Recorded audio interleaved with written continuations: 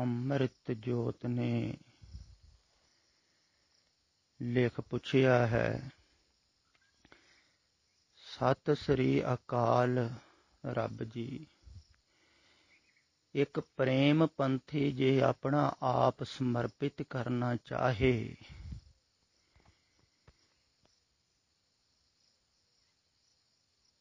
ਤਾਂ ਉਹ ਤੁਹਾਡੇ ਤੋਂ ਦੂਰ ਰਹਿ ਕੇ ਕਿਵੇਂ ਸਮਰਪਿਤ ਕਰੇ। ਇਹ ਤਾਂ ਸਮਝ ਆਉਂਦਾ ਹੈ ਕਿ ਤੁਹਾਡੇ ਵਰਗੇ ਗੁਰੂ ਦੇ ਕੋਲ ਰਹਿ ਕੇ ਮਨ ਮਾਰਨ 'ਚ ਆਸਾਨੀ ਹੋਵੇਗੀ, ਕਿਉਂਕਿ ਤੁਸੀਂ ਹਮੇਸ਼ਾ ਹੰਕਾਰ 'ਤੇ ਚੋਟ ਕਰੋਗੇ। ਪਰ ਤੁਹਾਡੇ ਤੋਂ ਹਜ਼ਾਰਾਂ ਮੀਲ ਦੂਰ ਰਹਿ ਕੇ ਇਹ ਇੱਕ ਸਾਧਕ ਕਿਵੇਂ ਕਰੇ, ਕਿਉਂਕਿ ਮਾਇਆ ਦਾ ਪ੍ਰਭਾਵ ਬਹੁਤ ਰਹਿੰਦਾ ਹੈ ਜੀ। ਬਾਬਾ ਜੀ ਕਿਰਪਾ ਕਰਕੇ ਜਦੋਂ ਵੀ ਤੁਹਾਡਾ ਹੁਕਮ ਹੋਵੇ ਤਾਂ ਚਾਨਣ ਪਾਉਣਾ ਜੀ। ਭੁੱਲ ਚੁੱਕ ਬਖਸ਼ ਲੈਣਾ ਜੀ। ਸਾਡੀ ਕਿਸਮਤ ਚੰਗੀ ਹੀ ਹੈ ਜੋ ਤੁਹਾਡੀ ਸੰਗਤ ਕਰਨ ਦਾ ਮੌਕਾ ਮਿਲਿਆ ਹੈ ਜੀ। ਧੰਨਵਾਦ ਪਰਮਾਤਮਾ ਜੀ।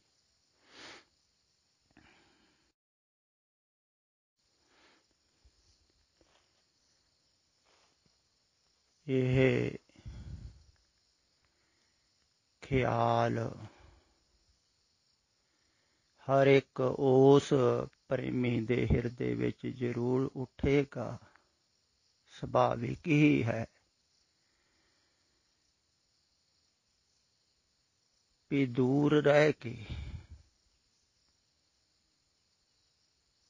ਨਾਲੇ ਇਹ ਨੌਜਵਾਨ ਤੇ ਇਸ ਦੇਸ਼ ਤੋਂ ਦੂਰ ਹੋਰ ਦੇਸ਼ ਦੇ ਵਿੱਚ ਰਹਿੰਦਾ ਹੈ ਤੇ ਐਡੀ ਦੂਰ ਰਹਿ ਕੇ ਸਮਰਪਿਤ ਕਿਵੇਂ ਹੋਈ।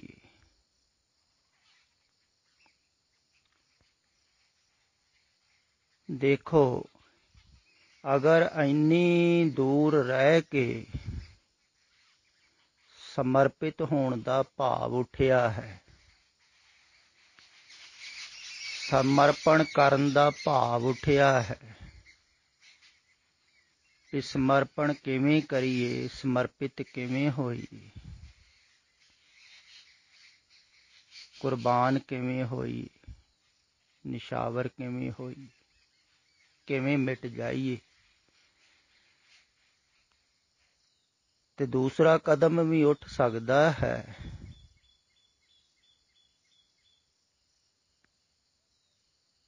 ਪਰ ਜਿਵੇਂ ਇਹਨਾਂ ਨੇ ਕਿਹਾ ਹੈ ਵੀ ਦੂਰ ਰਹਿ ਕੇ ਸਮਰਪਿਤ ਹੋਣਾ ਕਠਿਨ ਹੈ। ਕਠਿਨ ਤੇ ਨੇੜੇ ਰਹਿ ਕੇ ਵੀ ਹੋਵੇਗਾ, ਪਰ ਦੂਰ ਰਹਿ ਕੇ ਮਨ ਦੀ ਮਰਜ਼ੀ ਛੱਡਣੀ ਕਠਿਨ ਹੈ, ਮਨ ਦੀ ਮੱਤ ਤਿਆਗਣੀ ਕਠਿਨ ਹੈ। ਬਲਕਿ ਮਨ ਦੀਆਂ ਆਦਤਾਂ ਛੋਟੀਆਂ ਛੋਟੀਆਂ ਵੀ ਛੁੱਟਦੀਆਂ ਨਹੀਂ ਹਨ, ਉਹ ਵੀ ਛੱਡਣੀਆਂ ਔਖੀਆਂ ਹਨ। ਤੇ ਟੋਟਲ ਹੀ ਮਨ ਦੀ ਮੱਤ ਤਿਆਗਣ। ਸਮਰਪਿਤ ਦਾ ਭਾਵ ਹੁੰਦਾ ਹੈ ਮਨ ਦੀ ਮੱਤ ਤਿਆਗਣ। ਗੁਰ ਕੀ ਮਤ ਤੂੰ ਲੇਹ ਇਆਨੇ, ਭਗਤ ਬਿਨਾ ਬਹੁ ਡੂਬੇ ਸਿਆਣੇ। ਬੜੇ ਬੜੇ ਸਿਆਣੇ ਡੁੱਬ ਗਏ ਕਿਉਂਕਿ ਉਹ ਆਪਣੀ ਮਤ ਦੇ ਮੁਤਾਬਕ ਚੱਲ ਰਹੇ ਸਨ। ਸਿਆਣੇ ਸਨ, ਇਸੇ ਕਰਕੇ ਹੀ ਚੱਲ ਰਹੇ ਸਨ। ਜ਼ਿਆਦਾਤਰ ਸਿਆਣੇ ਜਿਨ੍ਹਾਂ ਨੂੰ ਤੁਸੀਂ ਕਹਿੰਦੇ ਹੋ ਸਮਝਦਾਰ, ਪੜ੍ਹੇ ਲਿਖੇ, ਵਿਦਵਾਨ, ਪੰਡਤ, ਇਹ ਆਪਣੀ ਮਤ ਨਹੀਂ ਛੱਡਦੇ। ਇਹ ਕਹਿੰਦੇ ਹਨ ਸਾਨੂੰ ਪਤਾ ਹੀ ਹੈ, ਅਸੀਂ ਐਵੇਂ ਕਿਸੇ ਦੀ ਮਤ ਮਗਰ ਲੱਗੀ। ਨਾਲੇ ਉਹ ਕਿਹੜਾ ਇੰਨਾ ਪੜ੍ਹਿਆ ਲਿਖਿਆ ਹੈ, ਸਮਝਦਾਰ ਹੈ। ਸਾਡੇ ਤੋਂ ਸਮਝਦਾਰ ਤੇ ਹੈ, ਹਰ ਇੱਕ ਹੀ ਇਹ ਸਮਝਦਾ ਹੈ। ਫਿਰ ਪੜ੍ਹਿਆ ਲਿਖਿਆ ਤੇ ਜ਼ਿਆਦਾ ਸਮਝਦਾ। ਤੇ ਇੱਥੇ ਵੀ ਗੱਲ ਇਹੋ ਹੀ ਕਹੀ, ਡੂਬੇ ਸਿਆਣੇ। ਵੇਖੋ, ਸਿਆਣੇ ਡੁੱਬ ਗਏ। ਇਹਦਾ ਮਤਲਬ ਜਿਹੜੇ ਇਆਣੇ ਸੀ ਉਹਨਾਂ ਨੇ ਸਮਰਪਿਤ ਕਰਤੀ ਮੱਤ। ਇਆਣਾ ਹੀ ਕਰਦਾ ਹੈ ਸਮਰਪਿਤ। ਬੱਚਾ ਕਰ ਦਿੰਦਾ ਹੈ ਨਾ ਸਮਰਪਿਤ ਮੱਤ ਮਾਸਟਰ ਨੂੰ, ਟੀਚਰ ਨੂੰ, ਤੇ ਪੜ੍ਹ ਲੈਂਦਾ ਹੈ। ਜਿਹੜੇ ਬੱਚੇ ਵਰਗੇ ਹਨ, ਭਗਤ ਬੱਚੇ ਵਰਗਾ ਹੋ ਜਾਂਦਾ ਹੈ।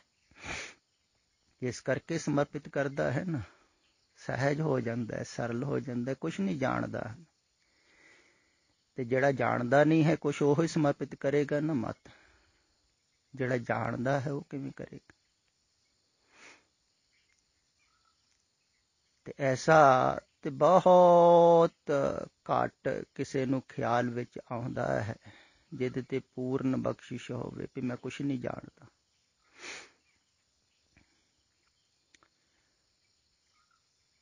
ਤੇ ਉਹਦਾ ਸਹਿਜ ਹੁੰਦਾ ਹੈ ਮੱਤ ਨੂੰ ਸਮਰਪਿਤ ਕਰਨਾ। ਪਰ ਫਿਰ ਵੀ ਮੱਤ ਨੂੰ ਛੱਡਣਾ ਔਖਾ ਤੇ ਹੈ ਹੀ। ਮਨ ਕੀ ਮੱਤ ਤਿਆਗੋ ਹਰਿ ਜਨ ਇਹਾ ਬਾਤ ਕਠਿਨ। ਭਾਵੇਂ ਦੂਰ ਤੁਸੀਂ ਕਹਿ ਰਹੇ ਹੋ, ਰਹਿੰਦੇ ਹੋ, ਤੇ ਤਿਆਗਣੀ ਬਹੁਤ ਕਠਿਨ ਹੈ। ਪਰ ਨੇੜੇ ਰਹਿ ਕੇ ਵੀ ਬੜੀ ਕਠਿਨ ਹੋਵੇਗੀ। ਕਿਉਂਕਿ ਮਨ ਜੋ ਚਾਹੁੰਦਾ ਹੈ, ਜਿਸ ਢੰਗ ਨਾਲ ਚਾਹੁੰਦਾ ਹੈ, ਉਸ ਢੰਗ ਨਾਲ ਹੀ ਜੀਣਾ ਚਾਹੁੰਦਾ ਹੈ। ਤੁਸੀਂ ਆਪ ਹੀ ਦੇਖਿਆ ਹੈ, ਖਿਆਲ ਕਰੋ। ਤੁਸੀਂ ਆਪਣੇ ਢੰਗ ਨਾਲ ਹੀ ਜੀਣਾ ਚਾਹੁੰਦੇ ਹੋ, ਆਪਣੇ ਢੰਗ ਨਾਲ ਹੀ ਸੋਚਦੇ ਹੋ। ਸਾਡੀ ਸਿਖਾਲੀ ਥੋੜ੍ਹੀ ਹੈ ਮੱਤ। ਇਸੇ ਕਰਕੇ ਗੁਰੂਆਂ ਦੇ ਸਮੇਂ ਵੀ ਸਾਰਿਆਂ ਨੇ ਥੋੜ੍ਹੀ ਮੱਤ ਛੱਡੀ ਸੀ। ਬਾਬੇ ਲਹਿਣੇ ਨਹੀਂ ਛੱਡ ਦਿੱਤੀ। ਦੇਖੋ ਕਿਸੇ ਕਿਸੇ ਨੇ ਛੱਡੀ ਸੀ। ਗੁਰੂ ਰਾਮਦਾਸ ਜੀ ਨੇ ਛੱਡੀ, ਗੁਰੂ ਅਮਰਦਾਸ ਜੀ ਨੇ ਛੱਡੀ, ਗੁਰੂ ਅਰਜਨ ਦੇਵ ਜੀ ਨੇ ਛੱਡੀ, ਪਰ ਪ੍ਰਿਥੀ ਚੰਦ ਨੇ ਨਹੀਂ ਛੱਡੀ। ਉਹਨਾਂ ਦੇ ਭਾਈ ਸਨ। ਦੇਖੋ ਉਹ ਆਪਣੀ ਮੱਤ ਦੇ ਮੁਤਾਬਿਕ ਹੀ ਜੀਂਦੇ ਰਹੇ, ਇਸ ਕਰਕੇ ਭਟਕਦੇ ਰਹੇ ਨਾ। ਗੁਰੂ ਤੋਂ ਦੂਰ ਹੋ ਗਏ ਆਪਣੀ ਮੱਤ ਦੇ ਮੁਤਾਬਿਕ ਜੀਣ ਕਰਕੇ। ਤੇ ਜਿਹੜਾ ਗੁਰੂ ਦੀ ਮੱਤ ਧਾਰਨ ਕਰਦਾ ਹੈ ਫਿਰ ਗੁਰੂ ਦੇ ਨਾਲ ਹੋ ਜਾਂਦਾ ਹੈ, ਕਿਉਂਕਿ ਮੱਤ ਜੋ ਉਹਦੇ ਨਾਲ ਹੀ ਹੋ ਗਿਆ ਨਾ। ਫਿਰ ਤੁਸੀਂ ਆਪ ਖਿਆਲ ਕਰੋ, ਤੁਸੀਂ ਜਿਹੜੀ ਮੱਤ ਦੇ ਨਾਲ ਚੱਲਦੇ ਹੋ ਉਹਦੇ ਨਾਲ ਚੱਲ ਹੀ ਪੈਂਦੇ ਹੋ ਨਾ। ਜਿਹਦੀ ਸੋਚ ਦੇ ਨਾਲ ਚੱਲ ਰਹੇ ਹੋ, ਜਿਵੇਂ ਕੋਈ ਕਹਿ ਰਿਹਾ ਹੈ ਵੀ ਆ ਜਾ ਤੂੰ ਇਸ ਰਸਤੇ ਆਪਾਂ ਚੱਲੀਏ ਇਕੱਠੇ, ਤੁਸੀਂ ਕਹਿੰਦੇ ਠੀਕ ਆ, ਜਿੱਥਾ ਜਿਸ ਤਰ੍ਹਾਂ ਤੁਸੀਂ ਕਹੋਗੇ ਉੱਦਾਂ ਉੱਦਾਂ ਤੁਹਾਡੇ ਪਿੱਛੇ ਪਿੱਛੇ ਤੁਰੇ ਜਾਵਾਂਗੇ, ਤੇ ਨਾਲ ਚੱਲ ਪਿਆ ਨਾ। ਤੇ ਜੇ ਕਵੇ ਮੈਂ ਨਹੀਂ ਇਸ ਰਸਤੇ ਜਾਣਾ, ਇਹ ਤਾਂ ਬੜਾ ਕਠਿਨ ਰਸਤਾ ਹੈ, ਚੜ੍ਹਾਈ ਬੜੀ, ਮੈਂ ਨਹੀਂ ਜਾਂਦਾ, ਤਾਂ ਫਿਰ ਨਾਲ ਥੋੜ੍ਹੀ ਹੋਇਆ। ਉਹ ਤਾਂ ਕਵੇਗਾ ਆਹ ਸਖਾਲਾ ਰਸਤਾ ਹੈ, ਥੱਲੇ ਨੂੰ ਨਿਵਾਣ ਹੈ, ਪਰ ਉਹਨੂੰ ਪਤਾ ਨਹੀਂ ਹੈ ਵੀ ਨਿਵਾਣ ਜਾ ਕਿੱਧਰ ਨੂੰ ਰਹੀ ਹੈ। ਇਹ ਫਿਰ ਸੰਸਾਰ ਵੱਲ ਨੂੰ ਜਾਂਦੀ।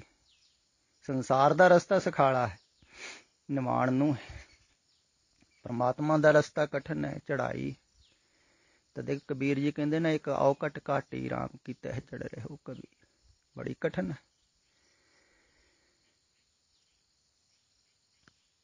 ਤੇ ਇਸ ਰਸਤੇ ਤੇ ਨਾਲ ਚੱਲਣਾ ਬਹੁਤ ਕਠਿਨ ਹੈ।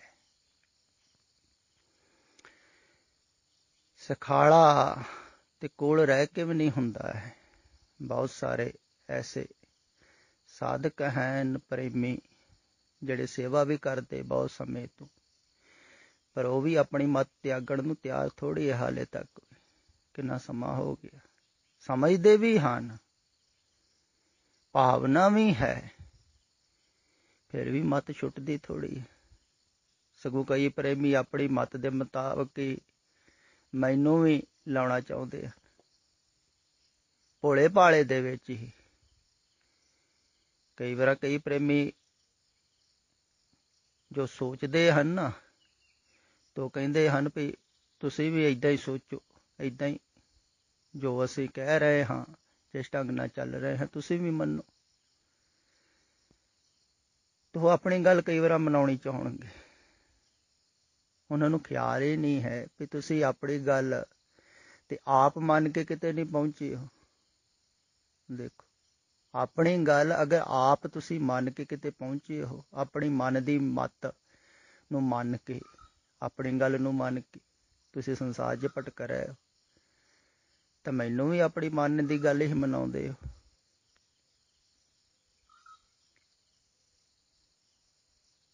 ਤੇ ਪ੍ਰੇਮ ਕਰਨ ਵਾਲੇ ਵੀ, ਉਹਨਾਂ ਨੂੰ ਖਿਆਲ ਹੀ ਨਹੀਂ ਹੈ ਵੀ ਅਸੀਂ ਆਪਣੀ ਮਨ ਦੀ ਮੱਤ ਤੋਂ ਤਿਆਗਣਾ ਹੈ, ਵੀ ਅਸੀਂ ਆਪਣੀ ਹੀ ਮਰਜ਼ੀ ਇਹਨਾਂ ਨੂੰ ਵੀ ਮਨਾ ਰਹੇ ਹਾਂ ਵੀ ਤੁਸੀਂ ਵੀ ਜੋ ਅਸੀਂ ਕਰਨਾ ਚਾਹ ਰਹੇ ਹਾਂ ਤੁਸੀਂ ਵੀ ਕਹੋ ਵੀ ਕਰੋ। ਉੱਦਾਂ ਬਹੁਤ ਕਠਿਨ ਹੈ ਮਨ ਦੀ ਮੱਤ ਤਿਆਗਣੀ। ਤੇ ਜੇ ਤਾਂ ਤੁਸੀਂ ਆਪਣੀ ਮਨ ਦੀ ਮੱਤ ਦੇ ਪਿੱਛੇ ਲੱਗ ਕੇ ਕਿਤੇ ਪਹੁੰਚ ਗਏ ਹੋ, ਤੁਹਾਨੂੰ ਸੁੱਖ ਮਿਲ ਗਿਆ, ਆਨੰਦ ਮਿਲ ਗਿਆ, ਪਰਮਾਤਮਾ ਮਿਲ ਗਿਆ, ਫਿਰ ਤਾਂ ਠੀਕ ਹੈ। ਜਦੋਂ ਮਿਲ ਕੁਛ ਨਹੀਂ ਰਿਹਾ, ਧੱਕੇ ਖਾ ਰਹੇ ਹੋ, ਦੁਖੀ ਹੋ ਰਹੇ ਹੋ, ਤਾਂ ਫਿਰ ਛੱਡੋ ਆਪਣੀ ਮਨ ਦੀ ਮੱਤ। ਇਸ ਮਨ ਨੂੰ ਛੱਡੋ ਜਿਹੜਾ ਤੁਹਾਨੂੰ ਦੁਖੀ ਕਰ ਰਿਹਾ। ਜਿਵੇਂ ਕੱਲ ਪਰਸੋਂ ਹੀ ਗੁਰਮੁਖ ਪਿਆਰੇ ਨੇ ਕਿਹਾ ਸੀ ਨਾ, ਵੀ ਮਨ ਹੀ ਭਟਕਾ ਰਿਹਾ ਹੈ, ਮਨ ਹੀ ਉਲਝਾ ਰਿਹਾ ਹੈ ਸੰਸਾਰ ਦੇ ਵਿੱਚ। ਤੈਨੂੰ ਛੱਡੋ, ਜੇ ਉਲਝਾ ਰਿਹਾ ਹੈ, ਪਤਾ ਲੱਗ ਰਿਹਾ ਹੈ ਤਾਂ ਭਟਕਾ ਰਿਹਾ ਹੈ। ਤੁਸੀਂ ਕਹਿ ਵੀ ਰਹੇ ਹੋ ਵੀ ਮਨ ਭਟਕਾ ਰਿਹਾ, ਬੜਾ ਸ਼ੋਰਗੁਲ ਕਰਦਾ ਹੈ, ਬਹੁਤ ਪਾਸੇ ਫਸਾ ਰਿਹਾ, ਚਲਾ ਰਿਹਾ, ਤੇ ਇਹਦੀ ਸੰਗਤ ਛੱਡੋ। ਮਨ ਦੀ ਸੰਗਤ ਛੱਡਣੀ ਹੈ, ਗੁਰੂ ਦੀ ਸੰਗਤ ਕਰਨੀ ਹੈ। ਮਨ ਦੀ ਮੱਤ ਤਿਆਗਣੀ ਹੈ, ਫਿਰ ਗੁਰੂ ਦੀ ਮੱਤ ਧਾਰਨ ਕਰਨੀ। ਗੁਰ ਕੀ ਮੱਤ ਤੂੰ ਲੇਹ ਆਨੇ, ਮੱਤ ਸੋਚ ਸਮਝ ਆਪਣੀ ਮੱਤ ਟੋਟਲ ਛੱਡਣੀ ਹੈ, ਪਰ ਛੱਡਣੀ ਸਕਾਲੇ ਨਹੀਂ ਹੈ। ਮੱਤ ਛੱਡਣ ਦਾ ਭਾਵ ਵੀ ਮੈਂ ਇਹਨੂੰ ਛੱਡਣਾ।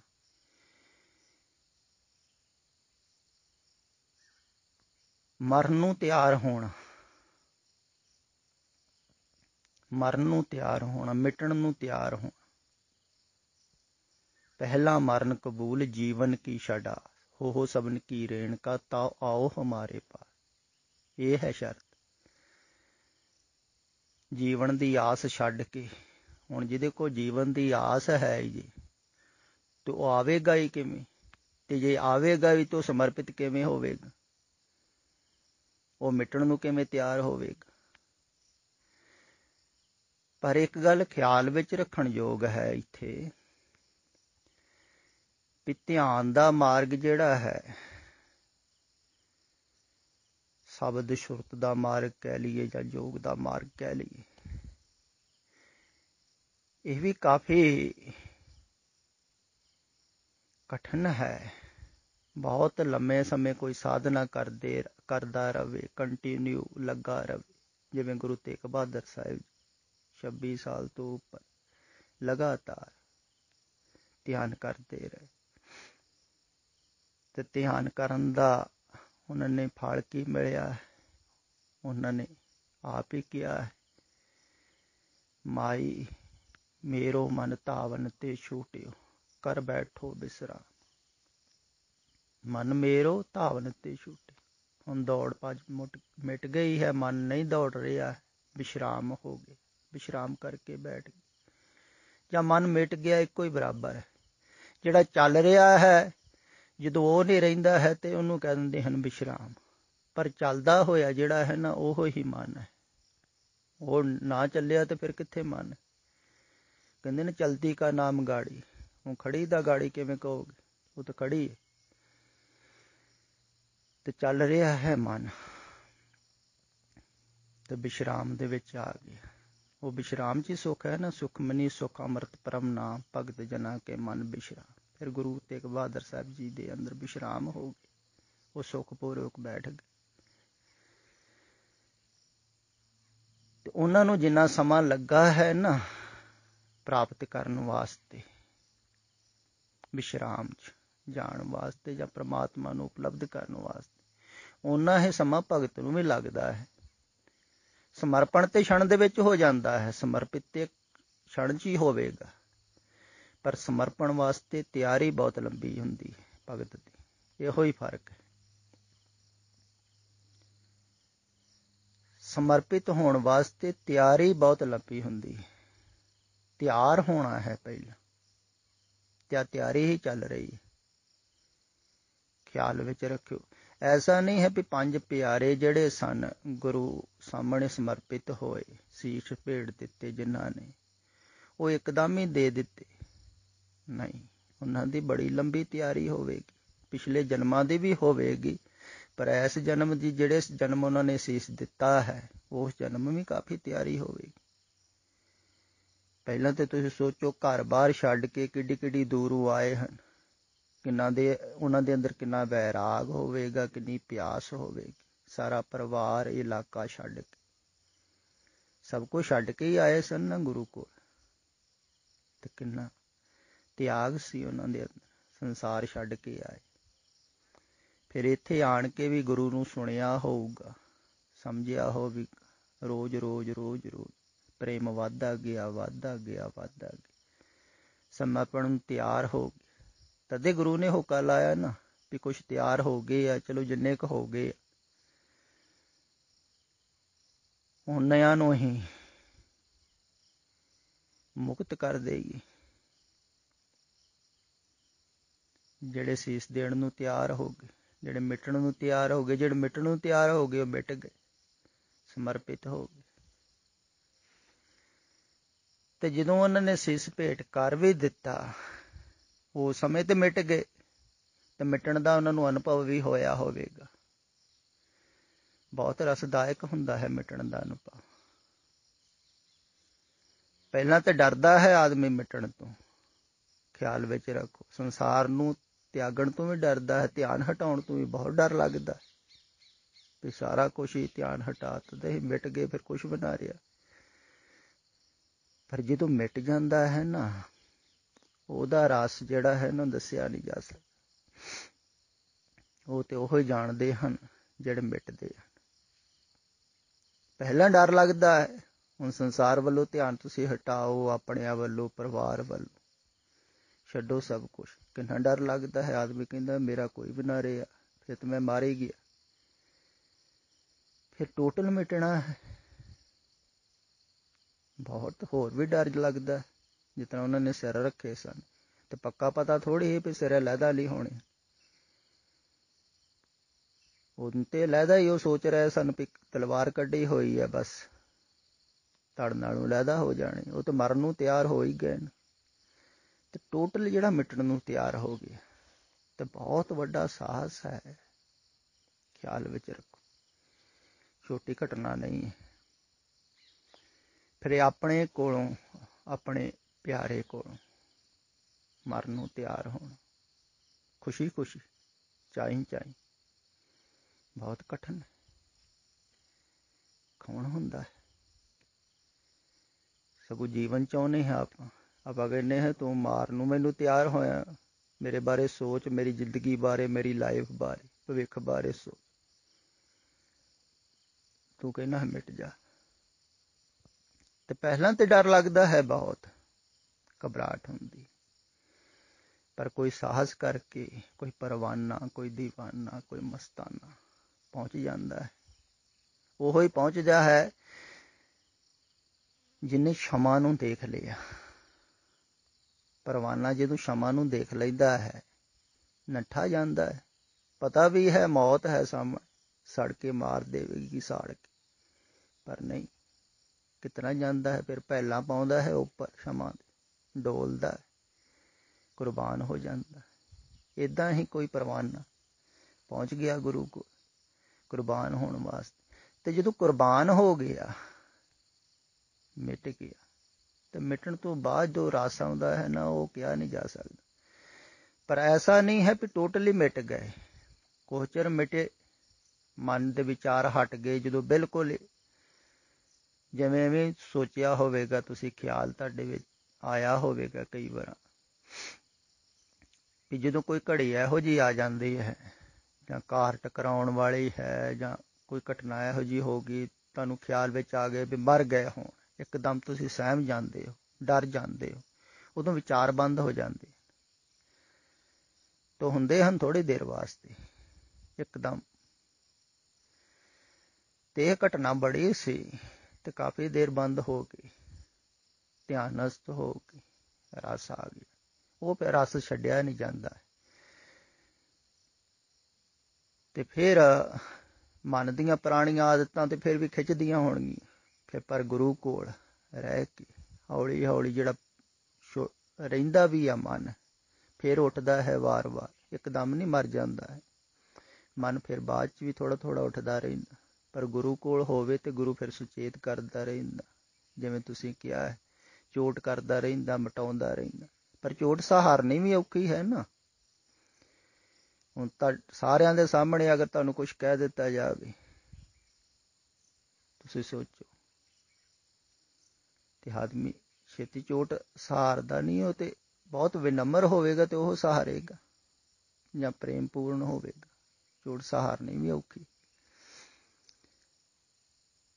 ਤੇ ਚੋਟ ਦੁਆਰਾ ਫਿਰ ਉਹ ਹੌਲੀ ਹੌਲੀ ਮਨ ਮਰਦਾ ਹੈ ਟੋਟਲ, ਫਿਰ ਵੀ ਸਮਾਂ ਲੱਗਦਾ ਹੈ। ਤੇ ਖਿਆਲ ਵਿੱਚ ਰੱਖੋ, ਸਮਰਪਿਤ ਹੋਣ ਵਾਸਤੇ ਸਮਾਂ ਬਹੁਤ ਲੱਗਦਾ ਹੈ।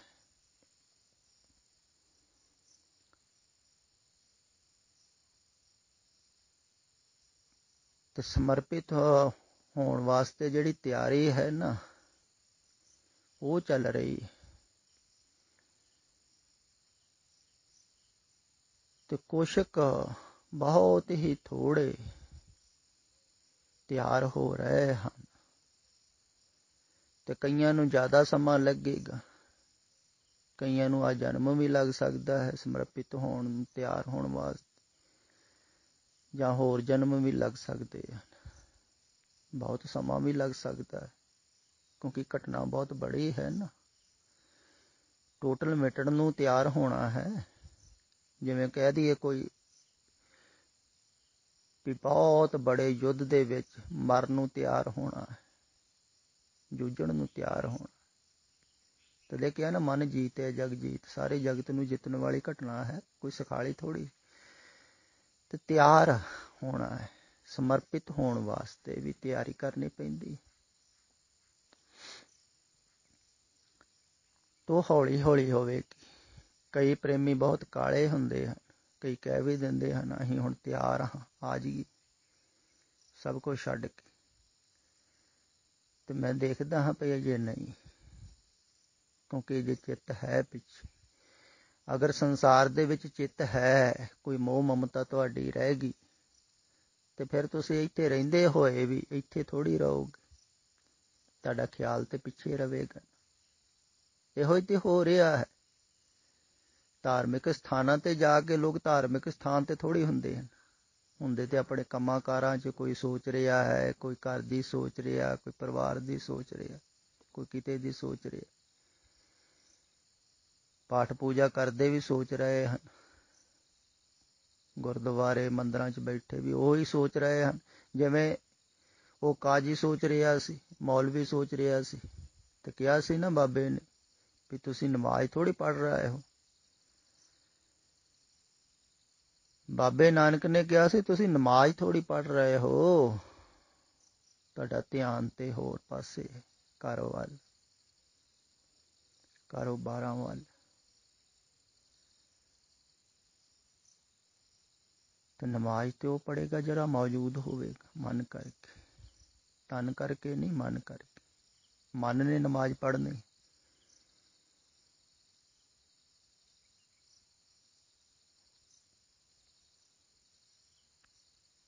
ਤੇ ਮੌਜੂਦ ਹੋਵੇ ਮਨ। ਤੇ ਧਾਰਮਿਕ ਲੋਕ ਵੀ ਧਾਰਮਿਕ ਸਥਾਨਾਂ ਤੇ ਵੀ ਜਾਂਦੇ ਹਨ, ਪਰ ਮਨ ਕਈ ਕੁਛ ਕਰ ਰਿਹਾ, ਕਿਧਰੇ ਕਿਧਰੇ ਜਾ ਰਿਹਾ। ਨਹੀਂ, ਜਿੱਥੇ ਹੋ ਉੱਥੇ ਹੀ ਮਨ ਹੋਵੇ। ਤੇ ਜਦੋਂ ਕੋਈ ਪੂਰਾ ਤਿਆਰ ਹੋ ਜਾਵੇਗਾ ਮਿਟਣ ਵਾਸਤੇ, ਫਿਰ ਪਿੱਛੇ ਥੋੜ੍ਹੀ ਖਿਆਲ ਕਰੇਗਾ। ਤੇ ਧਿਆਨ ਰਹਿ ਹੀ ਨਹੀਂ ਜਾਵੇਗਾ। ਜਦੋਂ ਧਿਆਨ ਰਹਿ ਹੀ ਨਹੀਂ ਗਿਆ ਤੇ ਫਿਰ ਮਿਟ ਹੀ ਗਿਆ। ਫਿਰ ਬਾਕੀ ਕੀ ਰਹਿ ਗਿਆ? ਸੁਰਖਰੂ ਹੋ ਗਿਆ, ਨਿਸ਼ਚਿੰਤ ਹੋ ਗਿਆ, ਆਜ਼ਾਦ ਹੋ ਗਿਆ, ਸੁਤੰਤਰ ਹੋ ਗਿਆ। ਬੰਧਨ ਕੋਈ ਨਹੀਂ। ਬੰਧਨ ਇਹੋ ਹੀ ਹੈ ਵੀ ਵਾਰ-ਵਾਰ ਧਿਆਨ, ਜਿਹਦਾ ਤੁਸੀਂ ਸੋਚ ਰਹੇ ਉਹਦੇ ਨਾਲ ਬੰਧੇ ਹੋਏ, ਜਿਹਦੇ ਬਾਰੇ ਸੋਚ ਰਹੇ ਉਹਦੇ ਨਾਲ ਬੰਧੇ ਹੋਏ, ਉਹ ਬੰਧਨ। ਤੇ ਜਦੋਂ ਸੋਚੋਗੇ ਹੀ ਨਾ ਤਾਂ ਫਿਰ ਬੰਧਨ ਕਿਵੇਂ ਰਹਿ ਜਾਏਗਾ। ਜੇ ਕਾਰੋਬਾਰ ਬਾਰੇ ਸੋਚ ਰਹੇ ਤਾਂ ਉਹਦੇ ਨਾਲ ਬੰਦੇ ਹੋਏ, ਪਰਿਵਾਰ ਬਾਰੇ ਸੋਚ ਰਹੇ ਤਾਂ ਪਰਿਵਾਰ ਨਾਲ ਬੰਦੇ ਹੋਏ, ਘਰ ਬਾਰੇ ਸੋਚ ਰਹੇ ਘਰ ਨਾਲ, ਜਿੱਥੇ ਵੀ ਸੋਚ ਰਹੇ ਜੀ ਕੋਈ ਵਿਚਾਰ ਦੇ ਤਲ ਤੇ ਸੋਚੀ ਜਾਂਦਾ ਹੈ, ਵਿਚਾਰਕ ਉਹ ਵਿਚਾਰ ਦੇ ਨਾਲ ਵਧਿਆ ਹੋਇਆ, ਉਹ ਕਮਾਈ ਜਾਂਦਾ ਹੈ ਆਪਣੀ ਬੁੱਧੀ ਨੂੰ, ਵਿਚਾਰਾਂ 'ਚ ਸੋਚੀ ਜਾਂਦਾ, ਤੇ ਉਹ ਵੀ ਬੰਧਨ 'ਚ। ਜੋ ਸੋਚ ਰਹੇ ਹੋ ਉਹਦੇ ਨਾਲ ਜੁੜੇ ਹੋਏ, ਉਹ ਬੰਧਨ। ਤੇ ਬੰਧਨ ਮੁਕਤ ਹੋਣਾ ਹੈ, ਬੰਧਨ ਮੁਕਤ। ਤੇ ਬੰਧਨ ਮੁਕਤ ਉਹ ਹੀ ਹੁੰਦਾ ਹੈ ਜਿਹੜਾ ਜੀਂਦੇ ਜੀ ਮਰਨ ਨੂੰ ਤਿਆਰ ਹੋ ਜਾਂਦਾ ਹੈ। ਜੀਵਤ ਮਰੀਏ ਭਉ ਜਲ ਤਰੀਏ, ਆਪ ਮੁਕਤ ਮੁਕਤ ਕਰੇ ਸੰਸਾਰ, ਉਹ ਹੀ ਮੁਕਤ।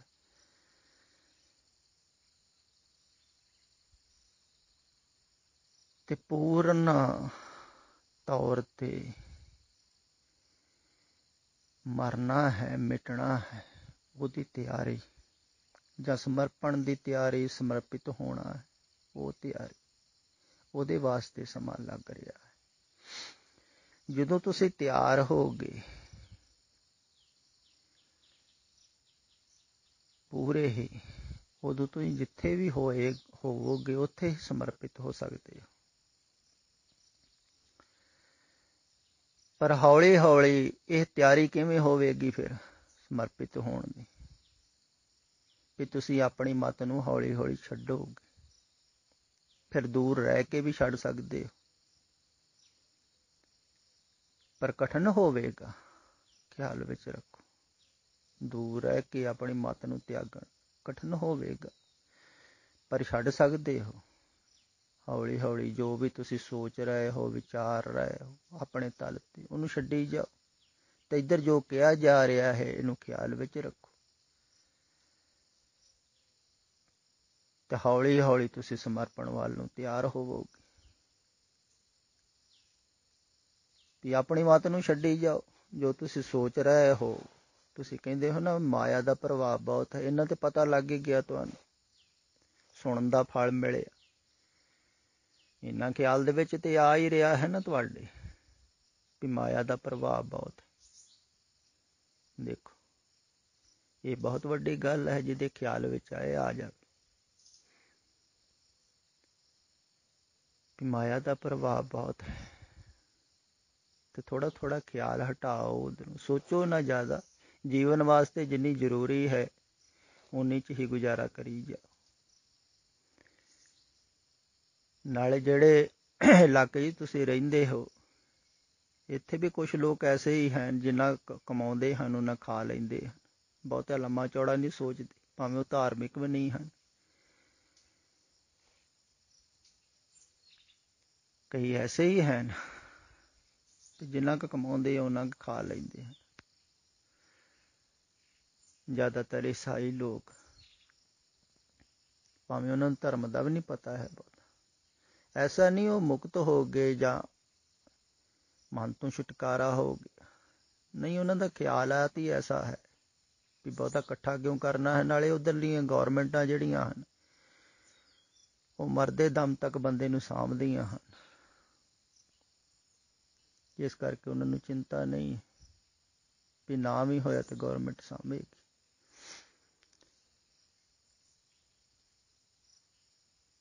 ਤੇ ਬਹੁਤੀ ਚਿੰਤਾ ਨਾ ਕਰੋ, ਬਹੁਤਾ ਸੋਚੋ ਨਾ ਭਵਿੱਖ ਬਾਰੇ, ਬਹੁਤੀ ਪਲਾਨਿੰਗ ਨਾ ਬਣਾਓ। ਹੌਲੀ ਹੌਲੀ ਆਪਣੇ ਕੋਲ ਆਓ, ਦੂਰ ਦੀ ਨਾ ਸੋਚੋ, ਨੇੜੇ ਆਓ। ਨੇੜੇ ਆਓਗੇ ਤੇ ਹੌਲੀ ਹੌਲੀ ਸਮਰਪਣ ਕਰਨ ਵਾਸਤੇ ਤਿਆਰ ਹੋਵੋਗੇ, ਸਮਰਪਿਤ ਹੋਣ ਵਾਸਤੇ ਤਿਆਰ ਹੋਵੋਗੇ। ਤੁਸੀਂ ਕਹਿੰਦੇ ਸਮਰਪਿਤ ਹੋਣਾ, ਤੇ ਤਿਆਰੀ ਤੇ ਕਰਨੀ ਪਵੇਗੀ ਨਾ, ਇੱਕਦਮ ਥੋੜ੍ਹੀ ਹੋ ਜਾਓਗੇ।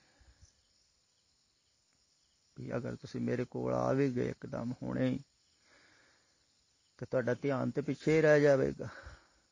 ਆਹ ਪਰਿਵਾਰ ਦੇ ਵਿੱਚ, ਘਰ ਦੇ ਵਿੱਚ, ਕਾਰੋਬਾਰ ਦੇ ਵਿੱਚ, ਆਹ ਜਿਹੜੀ ਮਾਇਆ ਤੁਸੀਂ ਕਹਿ ਰਹੇ ਇਹਦੇ ਵਿੱਚ, ਤੇ ਥੋੜਾ ਥੋੜਾ ਧਿਆਨ ਤੇ ਹਟਾਓ ਨਾ। ਪਹਿਲਾਂ ਅੱਧੀ ਕੋਸ਼ਿਸ਼ ਤੁਸੀਂ ਕਰੋ, ਬਾਕੀ ਇੱਧਰੋਂ ਹੋ ਜਾਵੇਗੀ ਜਦੋਂ ਤੁਸੀਂ ਤਿਆਰ ਹੋਗੇ। ਕੋਲੇ ਆ ਗਏ ਤੇ ਬਾਕੀ ਕੋਸ਼ਿਸ਼ ਤੇ ਇੱਧਰੋਂ ਹੋ ਹੀ ਜਾਵੇਗੀ, ਪਰ ਪਹਿਲਾਂ ਇੱਧਰ ਕੋਸ਼ਿਸ਼ ਕਰੋ ਥੋੜ੍ਹੀ ਜਿਹੀ, ਇੱਧਰੋਂ ਧਿਆਨ ਹਟਾ ਲਓ, ਇੱਕ ਪਾਸੇ ਤੋਂ ਸੰਸਾਰ ਵੱਲੋਂ ਤੁਸੀਂ ਧਿਆਨ ਹਟਾ ਲਓ। ਤੁਹਾਡੇ ਵੱਲੋਂ ਧਿਆਨ ਜਿਹੜਾ ਹਟਾਉਣਾ ਹੈ ਉਹ ਤੇ ਸਮਰਪਣ ਦੁਆਰਾ ਹਟ ਜਾਵੇਗਾ,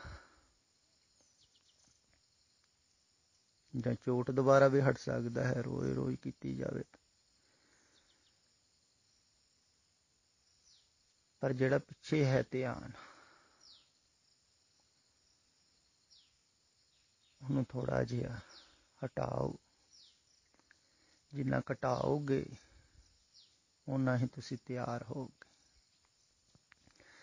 ਤੇ ਐਸਾ ਨਹੀਂ ਹੈ ਕਿ ਅਗਰ ਤੁਸੀਂ ਪੂਰੇ ਤਿਆਰ ਹੋ ਗਏ ਤੇ ਮੇਰੇ ਕੋਲ ਹੀ ਆਉਣ ਦੀ ਲੋੜ ਪੈ ਸਕਦੀ, ਦੂਰ ਵੀ ਇਹ ਘਟਨਾ ਘਟ ਸਕਦੀ ਹੈ, ਉਹ ਤੁਹਾਡੇ ਖਿਆਲ ਵਿੱਚ ਨਹੀਂ ਹੈ। ਦੂਰੋਂ ਵੀ ਐਸਾ ਹੋ ਸਕਦਾ ਹੈ ਅਗਰ ਤੁਸੀਂ ਪੂਰੇ ਹੀ ਤਿਆਰ ਹੋ ਗਏ ਤਾਂ। ਪਰ ਫਿਰ ਵੀ ਜੋ ਤੁਸੀਂ ਕਿਹਾ ਹੈ ਵੀ ਦੂਰ ਬਹੁਤ ਕਠਿਨ ਹੈ, ਆਪਣੇ ਆਪ ਨੂੰ ਮਾਰਨਾ, ਆਪਣੇ ਮਨ ਨੂੰ ਮਿਟਾਉਣਾ, ਆਪਣੀ ਮਰਜ਼ੀ ਛੱਡਣੀ ਆਪਣੇ ਆਪ ਹੀ, ਕੋਈ ਸਿਖਾਲੀ ਤੇ ਨਹੀਂ ਹੈ। ਦੂਸਰਿਆਂ ਦੇ ਕਿਹਾ ਮਰਜ਼ੀ ਨਹੀਂ ਆਪਾਂ ਛੱਡਦੇ ਹਾਂ।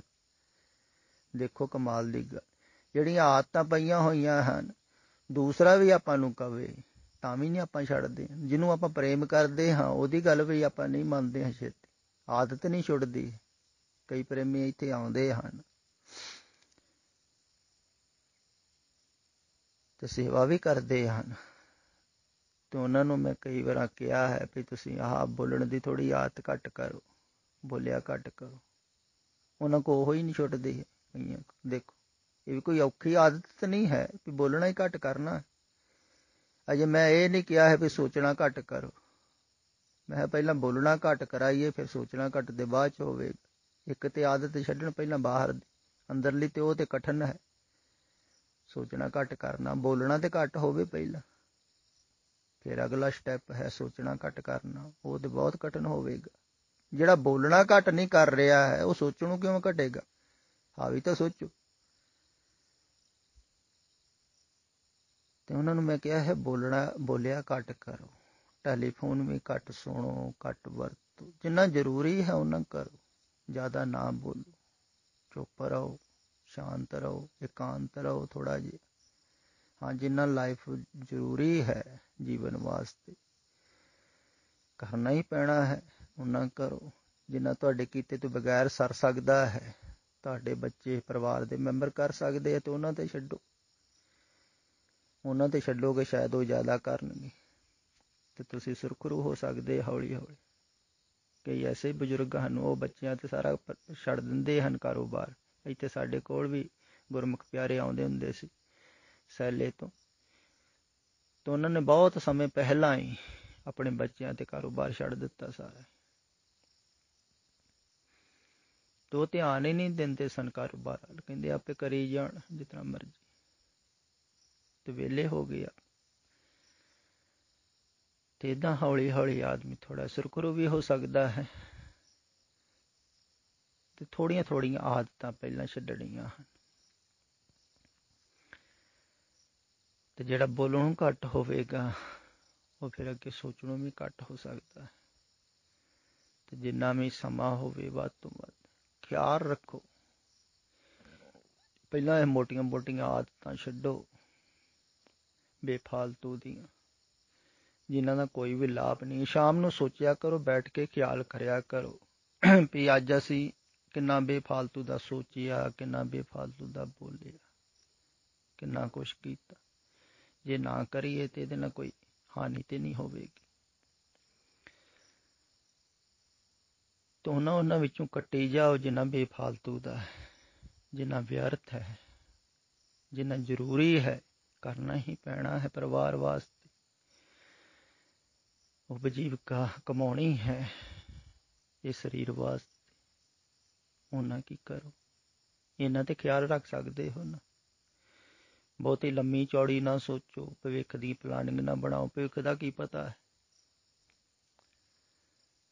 ਨਾਲੇ ਤੁਸੀਂ ਬਾਣੀ ਵੀ ਪੜ੍ਹਦੇ ਹੋ ਵੀ ਪਰਮਾਤਮਾ ਨੇ ਸਾਰਾ ਕੁਛ ਪਹਿਲਾਂ ਹੀ ਦਿੱਤਾ ਹੋਇਆ ਖਾਣ ਵਾਸਤੇ। ਦੇਖੋ, ਪਹਿਲਾਂ ਦੇਤਾ ਰਿਜ਼ਕ ਸੰਭਾਹ, ਪਿੱਛੋਂ ਦੇਤਾ ਜੰਤੂ ਉਪਾਹ। ਪੜ੍ਹਦੇ ਵੀ ਹੋ, ਬਾਬੇ ਨਾਨਕ ਨੂੰ ਮੰਨਦੇ ਵੀ ਹੋ, ਤੇ ਰਿਜ਼ਕ ਬਾਰੇ ਬਹੁਤਾ ਨਾ ਸੋਚੋ। ਜੇ ਉਹਨੇ ਪੈਦਾ ਕੀਤਾ ਤੁਹਾਡੇ ਲਈ ਪਹਿਲਾਂ ਹੀ, ਦੇਖੋ ਕਹਿੰਦੇ ਦਿੱਤਾ ਹੋਇਆ, ਤੇ ਫਿਰ ਕਾਹਦੀ ਚਿੰਤਾ ਹੈ, ਦੇਊਗਾ ਹੀ ਉਹਨੂੰ। ਜਲ ਮਹਿ ਜੰਤੋ ਪਾਏ ਤੇ ਤਿੰਨਾ ਪੀ ਰੋਜੀ ਦੇ। ਦੇਖੋ, ਨਾਨਕ ਚਿੰਤਾ ਮਤ ਕਰੋ। ਚਿੰਤਾ ਤੁਸੀਂ ਪੜ੍ਹਦੇ ਵੀ ਤੁਸੀਂ ਫਿਰ ਵੀ ਨਹੀਂ ਹਟਦੇ, ਚਿੰਤਾ ਕਰੀ ਜਾਂਦੇ। ਭਵਿੱਖ ਦੀ ਚਿੰਤਾ ਨਾ ਕਰੋ। ਭਵਿੱਖ ਦੀ ਚਿੰਤਾ ਹੀ ਤੁਹਾਨੂੰ ਤੁਹਾਡੇ ਮਨ ਨੂੰ ਚਲਾਈ ਰੱਖਦੀ, ਪਰੇਸ਼ਾਨ ਕਰਦੀ। ਭਵਿੱਖ ਬਾਰੇ ਨਾ ਸੋਚੋ ਜ਼ਿਆਦਾ। ਤੁਸੀਂ ਸ਼ਾਂਤ ਹੁੰਦੇ ਜਾਓਗੇ, ਸਹਿਜ ਹੁੰਦੇ ਜਾਓਗੇ। ਤੇ ਖਿਆਲ ਵਿੱਚ ਰੱਖੋ, ਸਮਰਪਿਤ ਹੋਣ ਨੂੰ ਤਿਆਰ ਹੋਣਾ ਹੈ। ਤੇ ਹੌਲੀ ਹੌਲੀ ਤਿਆਰ ਹੋ, ਬਾਹਰੋਂ ਧਿਆਨ ਹਟਾਓ ਸੰਸਾਰ ਵੱਲੋਂ। ਬਹੁਤਾ ਨਾ ਭਟਕਾਓ, ਥੋੜ੍ਹੀਆਂ ਥੋੜ੍ਹੀਆਂ ਆਦਤਾਂ ਛੱਡੋ। ਜਿੰਨਾ ਕੁ ਸਮਝ ਵਿੱਚ ਆਉਂਦਾ ਹੈ ਉਹਨਾਂ ਕੁ ਤੁਸੀਂ ਕਰ ਸਕਦੇ ਹੋ। ਬਾਕੀ ਜਿਹੜਾ ਨਹੀਂ ਸਮਝ ਵਿੱਚ ਆਉਂਦਾ ਹੈ ਤੁਹਾਨੂੰ ਸਮਰਪਿਤ ਕਰ ਦਿਓ।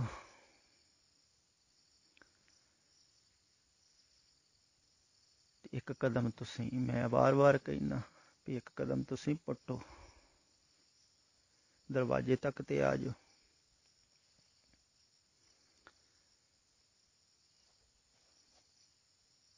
ਤੇ ਬਾਹਰੋਂ ਅੰਦਰ ਨੂੰ ਕਦਮ ਤੁਸੀਂ ਪੁੱਟੋ, ਬਾਹਰੋਂ ਅੰਦਰ ਆਪਣੇ ਤੱਕ ਤੁਸੀਂ ਆ ਜਾਓ, ਤੇ ਤੁਹਾਡੇ ਤੋਂ ਤੁਹਾਨੂੰ ਇੱਧਰ ਨੂੰ ਛਡਾ ਦਿੱਤਾ ਜਾਵੇਗਾ। ਗੱਲ ਖਿਆਲ ਵਿੱਚ ਆਈ? ਆਪਣੇ ਤੱਕ ਤੁਸੀਂ ਆ ਜਾਓ ਬਾਹਰੋਂ, ਕਿਉਂਕਿ ਬਾਹਰ ਤੁਸੀਂ ਜਾ ਰਹੇ ਹੋ, ਤੇ ਬਾਹਰੋਂ ਜਾਣ ਤੋਂ ਹਟ ਜਾਓ ਤੇ ਆਪਣੇ ਤੱਕ ਆ ਗਏ, ਤੇ ਆਪਣੇ ਤੋਂ ਤੁਹਾਨੂੰ ਇੱਧਰ ਨੂੰ ਛਡਾ ਦਿੱਤਾ ਜਾਵੇਗਾ। ਉਦੋਂ ਨੂੰ ਤੁਸੀਂ ਆਪਣੇ ਆਪ ਨੂੰ ਸਮਰਪਿਤ ਕਰ ਦਿੱਤਾ ਤੇ ਛੁੱਟ ਗਏ ਨਾ। ਫਿਰ ਤੇ ਛੁਟਕਾਰਾ ਹੋ ਜਾਵੇਗਾ। ਤੇ ਮਨ ਦੀ ਮੱਤ ਤਿਆਗਣੀ, ਗੁਰ ਕੀ ਮੱਤ ਤੋਂ ਲੇਹ ਏ ਆਨੇ, ਭਗਤ ਬਿਨਾ ਬਹੁ ਡੂਬੇ ਸਿਆਨੇ।